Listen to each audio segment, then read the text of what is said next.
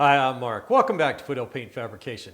Well, we're back on Project Ruby today, and as you can see, I've got the trunk lid in front of me. So my last video where we did the metal prep and spraying epoxy generated some really good questions from you guys. I appreciate that, and some comments. So today I want to try to answer those questions, and not just for you guys, but for me, because I need to decide what I'm going to use this epoxy for. Now, the paint rep told me it sands well, and you could use this all the way up to color and clear. But if it doesn't block well and it doesn't really sand that well, I'm not going to use it for that, because these show cars, you got to block them out. And if the material you're using doesn't lend itself to blocking out, to flatten everything out, then it's just a waste of time and waste of material. So that's what we're going to do today. We're going to get some sanding blocks out, and we're going to sand the trunk lid here a little bit. Just a little of experimenting. We're not going to try to block this thing all the way out, but we have a really good finish here of the epoxy that we sprayed last week, and it's a good test platform to see how well this epoxy is going to perform. Before we do that, I want to go ahead and jump over and kind of bring you up to date on what I've been doing when the camera's not rolling. I did get to work on one of Ruby's Fenders, and those poor Fenders, man, they were beat up. So I spent quite a bit of time working on one of them. I'll show you some pictures of what I did and how it looks right now.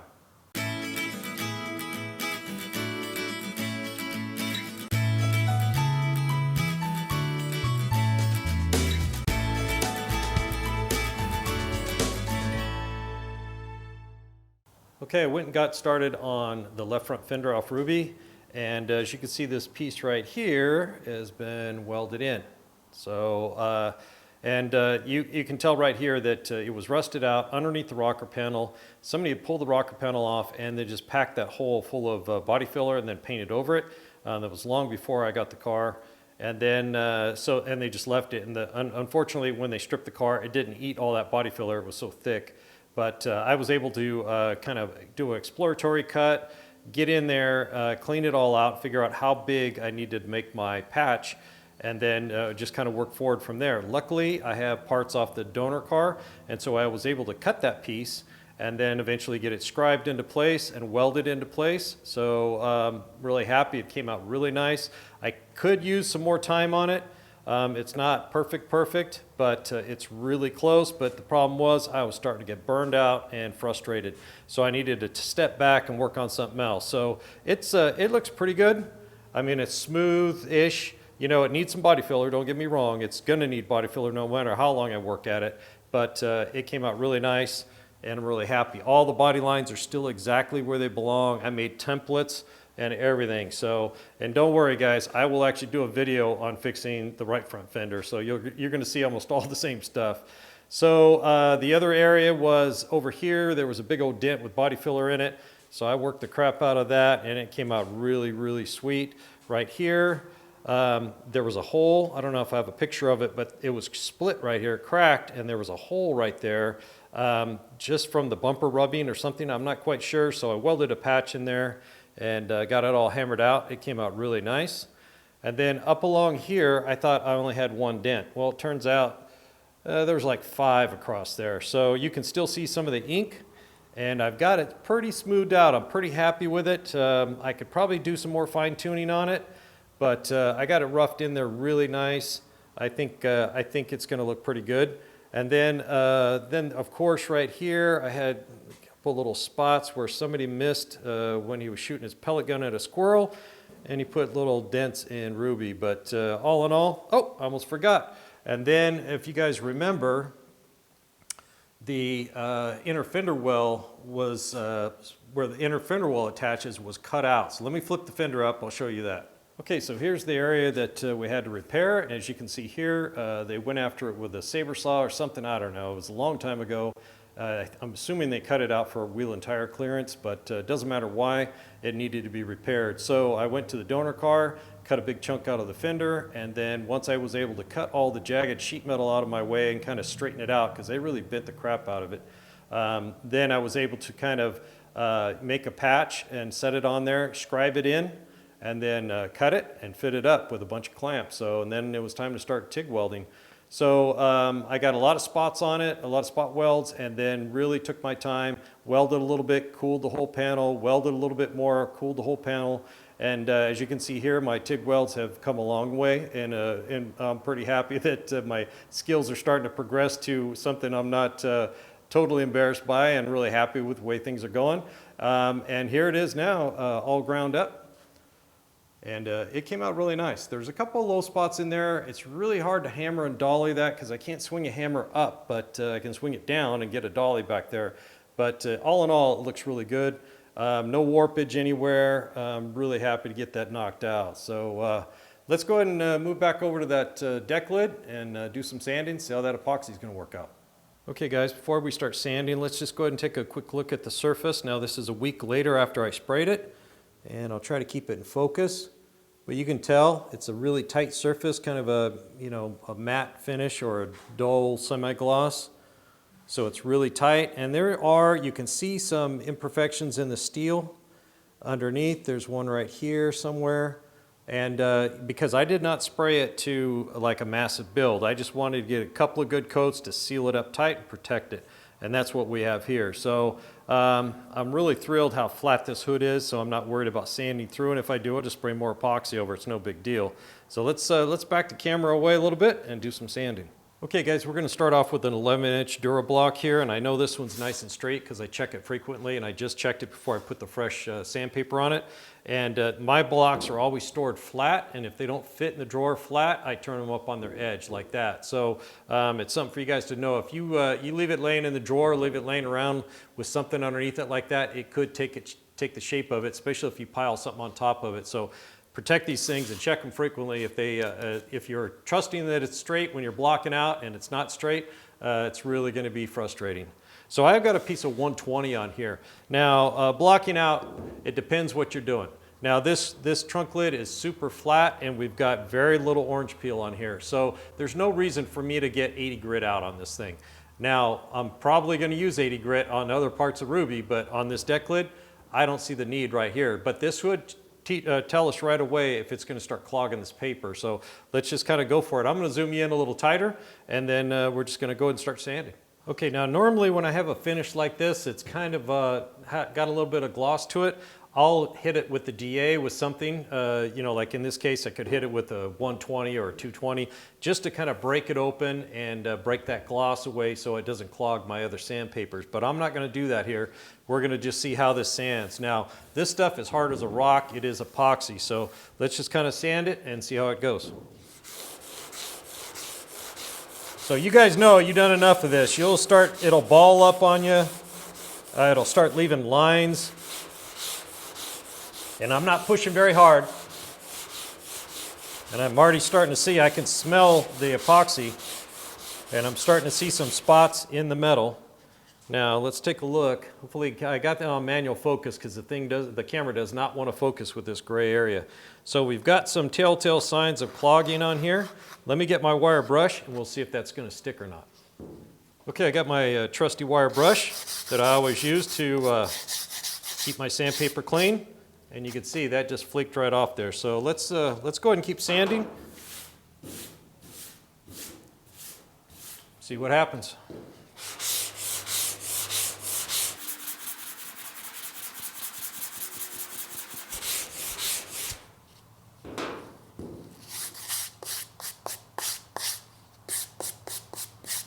Not clogging so far. The sanding dust is not like a polyester or urethane. It's a little more, I don't know how to describe it. It's different. And I'll tell you, the epoxy smell comes right out as soon as you start sanding. But this is actually coming out to be a pretty good surface. Let's keep going.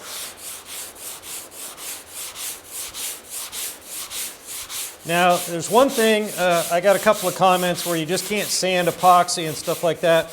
And I'll tell you, that is true on the old school epoxies. They were not very user-friendly, let me put it that way. But like I've mentioned many times before, things change in this industry so quickly. You can't go by what was last year or 2 years ago. You really have to, try to stay up with what the newest product is, because these guys making this stuff, they want it to be easy to sand. They want it to be the best of the best, because then they'll sell a ton of it. If it's hard to sand and it gets a bad reputation, I don't care who you are, nobody's going to want to use it. You know, it's just the way it is. So that's coming out really nice. I see a little low spot right here. I don't know if you guys can make that out towards the edge here, and that's why we block out, right? We don't want any undulations. Let me bring you in really close. We're gonna look at the sandpaper, and we're gonna look at this finish right here. Okay guys, hopefully that's in focus. The surface looks really good. It feels really good. The sanding dust does not feel clumpy or sticky at all. And the sanding block, you guys can see that. I've got a light in here real close, so it's going to shadow everything. You can see there's no little balls on there stuck. And you guys know how it is. You start sanding something that's not hard, like say body filler, and then you get those little nodules all over the place. And before you know it, you got a bunch of them. You try to pick them off with your thumbnail, and you just throw the sandpaper away and try again. So we don't have any of that here. So I think I'm going to go ahead and keep sanding. I'm going to move the camera back a little bit, and we're going to try to sand out some of these low spots over here. I did not spray a lot on here, but I'm curious how well that build was with just those 2 coats. So let me back the camera away, and we'll do some sanding, and we'll see if we can get the sandpaper to clog up. Okay, you guys can see that low spot right there, and then we've got a little ripple along here. So let's go ahead and do some sanding. Not pushing down, trying to put even pressure all over the whole block. And leaving some of the block on here, not just trying to do the edge. Because we want this to look nice and flat.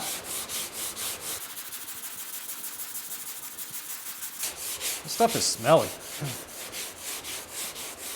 Got a distinct smell to it. So there's the sanding dust, and I'm not getting the lines. Let's check the paper again.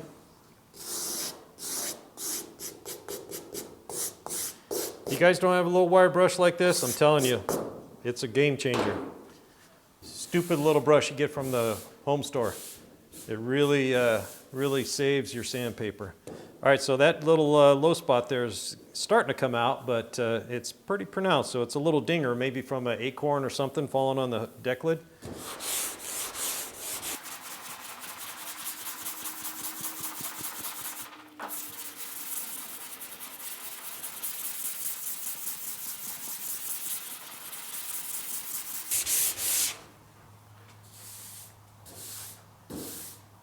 Well, so far so good on the epoxy sandability. It's not sanding like a polyester primer, that's for sure. But it's not sanding like a typical epoxy either. Now this is a premium epoxy, it's very expensive, and it's probably expensive for that reason. The problem with making epoxy sandable is anything they add to it, talc or anything to make it sand easy, it makes it porous, and that defeats the purpose of the epoxy.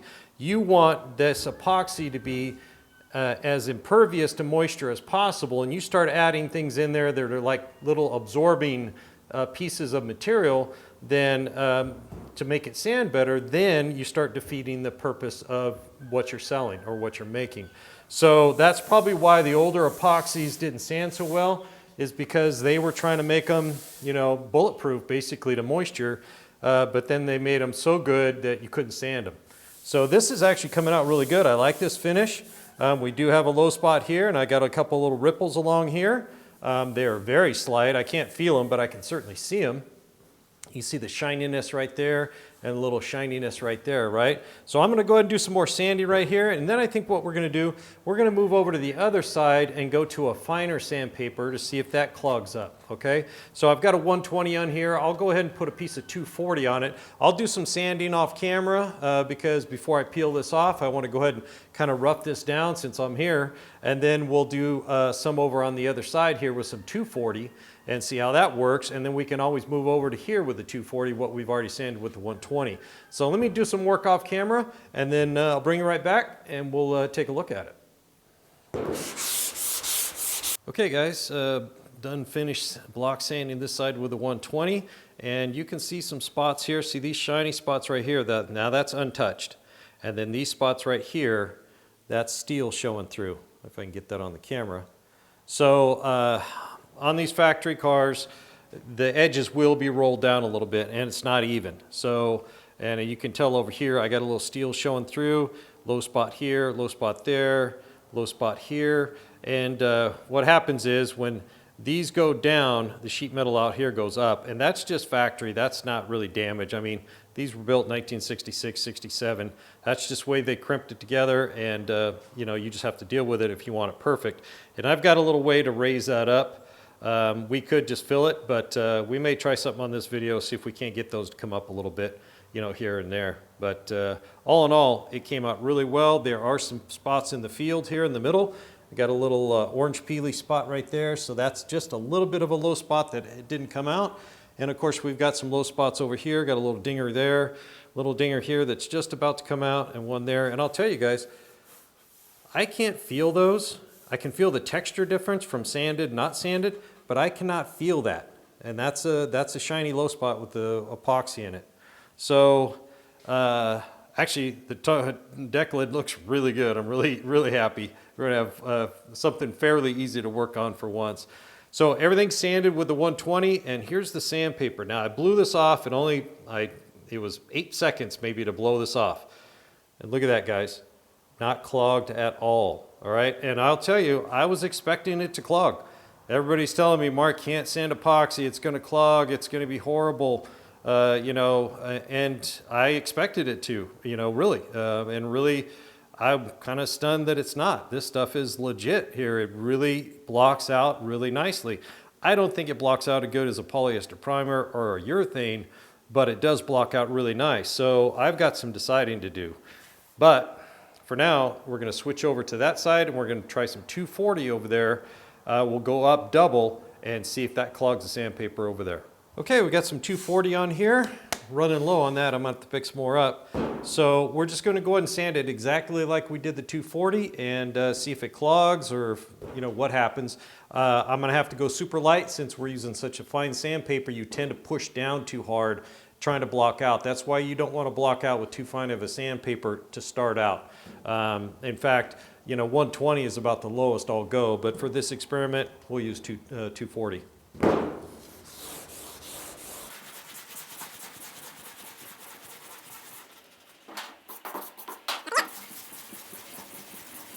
And generally, when they clog, it usually clogs right when you're first breaking it open, you know, and you get some sanding dust going because it's kind of a little glossier and tighter on the top.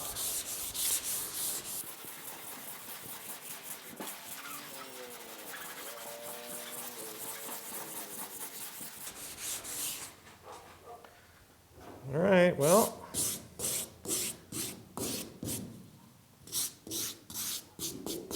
Not clogging. So even at 240, it doesn't want to clog. And I don't want to sand too much with this because it's too fine to be blocking out like this. I can actually feel myself pushing down too hard because I'm trying to sand more. And it's just nature. I mean, that's what you're going to do. You're going to, it's too fine. I really got to bear down to make it work. And then you're not actually truly blocking out. You're just distorting the sheet metal. So let me sand a little bit more here. We'll take a look at it.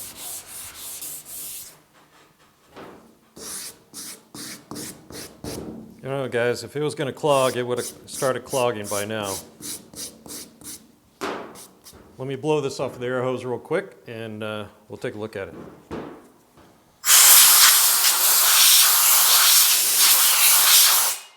Okay, not clogged at all, so the rep was shooting me straight. It sands well, and it blocks out pretty nice, guys. Pretty impressed. Now, I probably should have sprayed a little bit more for a heavier build, but you know, I was just spraying to seal it. So next time we get out the gun, this thing's going to get a better coat. We have some steel showing through anyway. So I'm going to go over to the other side and sand some of that 120 we already sanded and see how it performs. And then I'll probably just go it off camera, block out the whole thing with 120, and then maybe we'll work on those low spots over there real quick while we got the camera out. Okay, so along this edge here, as you recall, we had that little low spot here, and some sheet metal was showing through here. Sighting down this, I know you guys probably can't tell, but it rises up right here. It's got like a little kink in it. It's not bad, it's hardly noticeable. So the first thing we're gonna do is try to push down on that and lift up over here and here. So we're low here and here and high here. So I wanna go ahead and try to push that down. And I'm not gonna use a hammer to do this. We're gonna use a C-clamp and some blocks of wood. Take it really slow and careful and see if we can't get that to push down a little bit, and then we'll flip over and we'll try to get these up just a little bit. Okay, so here's the setup to get that little high spot down. So I have a piece of 2x4, two pieces of 1x. They have tape on them so I don't contaminate the epoxy that's on the underside. Then a C-clamp, and just any hard block will do. And depending on the width of your high spot or low spot, it depends how big a block you need. So I've got it turned sideways. I actually have a piece of sandpaper stuck to that so it won't slide on me. And all we're gonna do is basically slowly crank down. Now these blocks are positioned where those low spots were. And I can sight down this and I can see that peak right there. So all I'm gonna do is just gently, because this C-clamp has a lot of pushing force, I'm gonna gently eyeball it and just kind of look at that. And I can see the sheet metal going down. And I'm just gonna kind of give it a couple little bumps, overshoot a little bit. And then we're going to take the whole thing down. I'm going to block it out a little bit and see if that starts to come away. And then we're going to move over and try to see if we can raise these low spots right here. So I'm going to work on this off camera. It takes a lot. I need like 3 helpers here to hold all this together to move it around. So let me tweak with this a little bit, and then we're going to move over, see if we can't raise this one up. Okay, I've got it flipped over, and now we are trying to push up. Now remember, that is 3 pieces of sheet metal right there.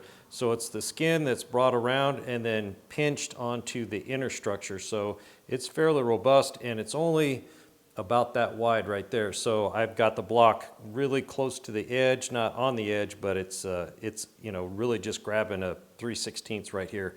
So what I'm going to do, and I can see where it's low, and we're going to do just like the other side, and I'm going to overstress it a little bit, and then I'm going to kind of lean back on this and try to pry that up a little bit. And then I'm just going to kind of slide down without dropping everything, I hope. Since this is kind of a long, low spot, and you got to go slow when you're doing this. It's just, I mean, we're talking very, very little changes on that. My block just slipped, even though I've got PSA sandpaper on there. So we're going to come down, and I'm just going to keep doing this right here and slowly inch up on it, and hopefully I can make a change. I mean, if I can't, it's not the end of the world. I can certainly put 2 extra coats of epoxy on there and you know, build that up. But if we can get this line to come up nice and smooth, you know, it's that much better. Now this trunk lid does curve right here to match the quarter panels. So the curve is nice and smooth, not, you know, wavy. So that's what I'm using as my gauge. And we won't do the final blocking out of this deck lid until it's back on the car, and then I can start checking it against the quarter panels, because ultimately it needs to match the quarter panels. That's what's going to make it look good. All right, I'm going to go ahead and block this out a little bit, and then we'll take a look at it, and I think we're just about done experimenting with this epoxy for its sandability. Okay, let's see how we did. So that little peak right there got smaller. I can sight down and see that it's not there, or it's not as pronounced. And the sand through got bigger, meaning that it got flatter. So that's coming out. I did get some of that one out. This one came out a little bit, needs a little bit more work. And this one here really started creeping towards the edge pretty good. I don't know if you guys can see that or not, but it did. But now we got so much sand through going on here, I need to stop, because obviously steel doesn't sand the same as epoxy or a primer. And so it's gonna screw it up. It's gonna start pushing up, and I'm gonna sand down too much around it. So, but it all looks pretty good. I'm really happy. There's a spot on each side right here where I'm not gonna work, because I'm pretty sure the quarter panels right there roll down a little bit, so that comes down to meet it. So that's why I want to get it back on Ruby and really look at these lines really carefully. So, and it needs to go back on anyways when I put the filler panel on, because you don't want to put the filler panel on if you can't check it with the trunk lid to see how everything matches up. But overall, it all looks really good. I did work all along all the edges, and they are all coming up. So it's actually looking really nice. And here's the sandpaper. That's the 240, or the 120, excuse me, that we started with. And you can see it is not clogged. So I'm really happy with the finish. I mean, it does not feel like 120. I did sand it with some 240, and then I just went over it again with the 120 just to block everything out, make sure it's all good to go. And I swear that does not feel like a 120 finish to me. That feels a lot smoother. So all in all, I think this epoxy's it's excellent. Okay guys, that pretty much wraps up this video on testing out the epoxy that I chose to use on Ruby. And as you guys saw, it blocked out really nice, didn't clog the sandpaper. So drop me a comment, let me know what you think of this stuff, and maybe some experiences you've had with epoxy. Were they similar or a lot worse than this? So I'd like to hear from you. So really, I can't tell you how impressed I am with this material. My expectations were that it was going to cause me problems, and so maybe that's why I'm so impressed. But I'm really happy my buddy and the rep steered me in this direction. The stuff is not cheap. It's a premium product, like I've said in the past, but it seems to be worth it in my opinion. And now I need to decide, am I going to use this all the way up to base coat clear coat? Now, I think it really comes down to, it seems like it blocks out really nice, so it comes down to money, really, and if urethane, because if I put anything over the top of this, it's going to be a urethane. So what's the cost on that? So I'll weigh all that out, and if I have to throw some more money at Ruby, you know, so be it. I think she's worth it. She's waited over 30 years to get done, so I think I could afford it. But I'm really happy the way this came out. I was kind of worried about it, but it turns out it was a good choice. Now, if you guys are interested, this is called Tech Prime Plus DTM Primer Surfacer. It's a Napa Martin Senior brand, and you've seen it work here. So I can't attest to any other epoxies that I haven't used. So I have used this one. You saw me use it. So you at least know this one will stand out really well. So that's about it for this one. Thanks for joining me here at Foothill Paint and Fabrication. Don't forget to hit the like and subscribe button if you haven't already. Mash that bell and drop me a comment. I'd love to hear from you guys. I'd like to hear what your experiences have been. We'll see you on the next one.